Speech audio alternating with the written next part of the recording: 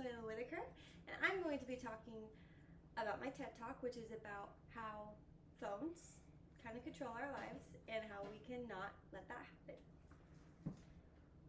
When I was 12, oh, this is my audience, by the way. There's three of us. There's three of us. There's Sohaila. Okay. When I was 12, my parents got me an iPod. Now, iPod isn't necessarily a phone. It has games, and it has a camera, and it has music on it, but it doesn't have all the adult stuff, such as text message and a phone app, and even social media. And I just remember waiting and waiting till I was 15 years old, and finally I was able to get this. And little did I know the actual weight in my hand I was carrying of even having just social media in my pocket.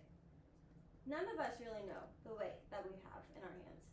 We didn't, especially at first. Who here had got their phone before they were 12? 15? 1, 2, I did 20, 25. not. My first phone was, I think I was 30. 30. Well, Maybe, the thing is, maybe 26. 26. Because how old were you? You were born. Yeah, I was in my late 20s. Older. Well, the good thing is, all of us kind of have the same first reaction of a phone. It's a whole new world, right?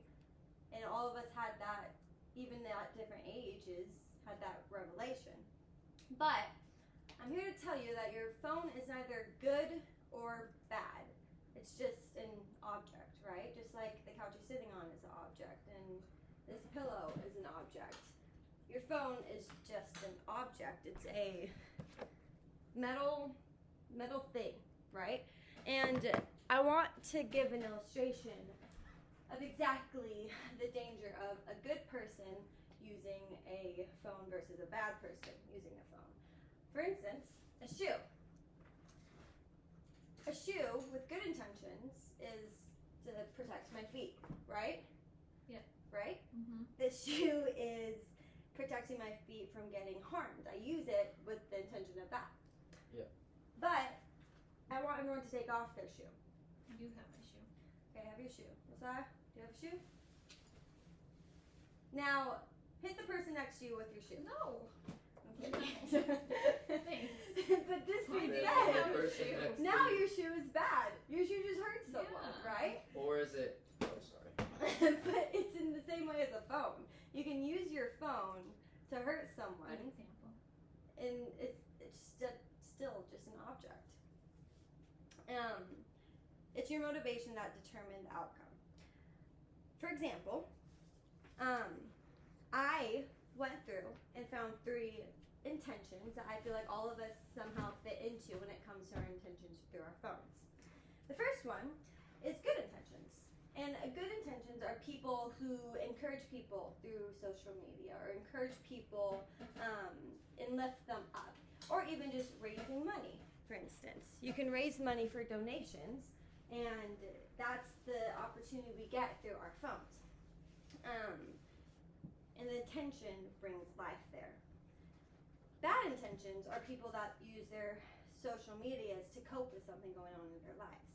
For instance, it could be simply cyberbullying, or even looking at inappropriate images, or doing things that cause our fleshly motives to feel comfort, and that's actually at the end a bad thing, right? Because none of us actually feel better after that, and that's bad intentions. Especially, all of us can relate to this at one point in our lives. We use social media to bring value to our self-worth in how many followers or even likes.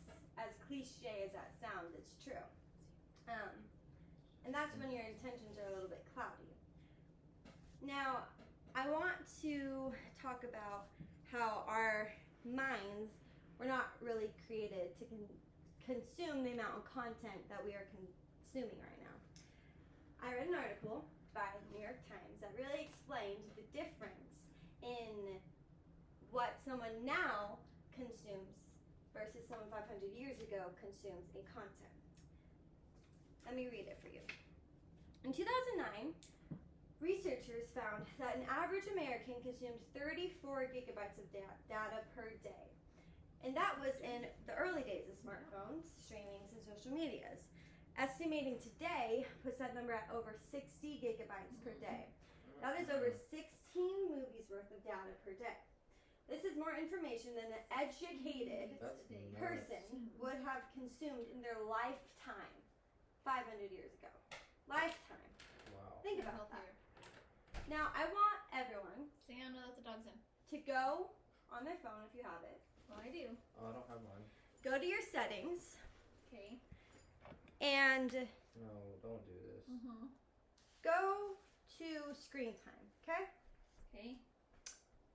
Right there, you see the amount of screen time per day that you use. What is yours, Mom? 3 hours and 30 minutes. Now, I'm going to type it in Oh, it right just here. went up. 3 hours and 30 minutes 3 hours and 50 minutes. No. per day. Wait, mine just went up too. Mine just went up. Wait. Okay, what was yours, Mom?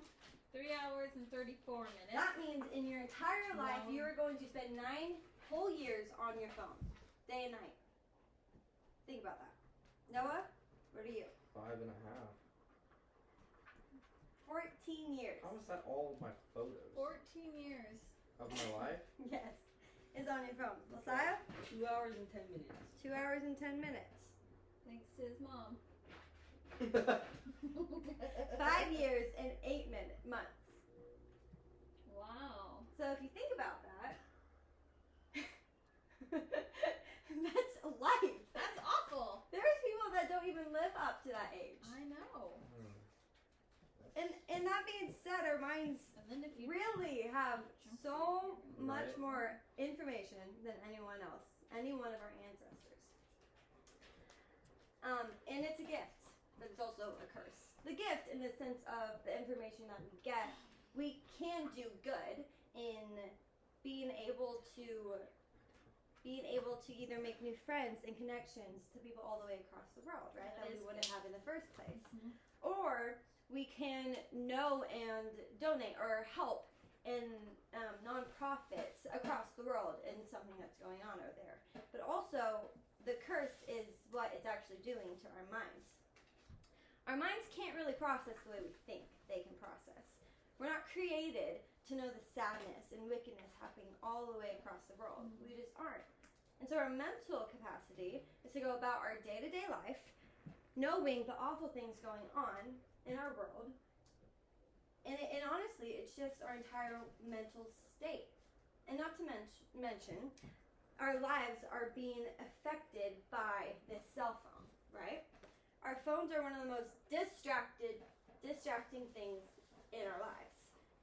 The consistency thinking of what and who is texting us doesn't stop. And it never has stopped. And to think of this device, right, being one of the number one most causing car crashing causes in the world. It's because we're distracted. We look at our phones and we want to know the information that's happening. And so, I want to tell you a story that will tell you not to lose hope when it comes to this. Because obviously what I've just said is it's a lot. It's kind of heavy if you think about it. But we must not lose hope. Our phones don't have to control this. And I want to tell you about a fast that I did. Our church does an annual yearly fast that we do. And one year I fasted my phone. I kept my phone, but I deleted all other apps except my phone call, my text message, and my camera. But everything else was deleted. And so if anything was urgent, I could be reached. I did this for 3 whole weeks. And after 3 weeks, I did not want it back at all. If anyone else has done this, you'll know the same.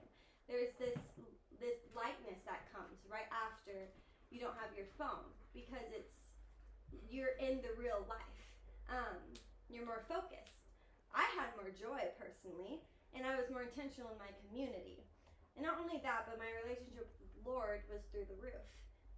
And what I saw as kind of the solution to all this phone madness, truly, is not letting your phone control you. It's just simply letting the Lord, because he's our answer, not Google. Google's not the answer to everything. But God doesn't tear us down. He builds us up. And he comes to our level to give us hope. A quote by Kevin Roos says this: Steve Jobs wasn't exaggerating when he described an iPhone as a kind of a magical object. It's truly wild that in the span of a few years, we're managing to turn these amazing tools into stress-inducing albatrosis. Is that how you say it? It's a big word. We'll Google it later. It's as if a scientist had invented a pill that gave us dementia and holding it in our hand, but we didn't know it at first. This being said, I want to encourage all of us that what we hold in our hand doesn't have to dictate our lives. We have to turn to the Lord no matter if, and we have to choose if this is our idol or if he is our idol, because we are controlled completely by this at our current day and age. And being able to center ourselves in a place where this is a tool and not something we depend on is going to bring life and life to the full in ways that we could not have ever imagined.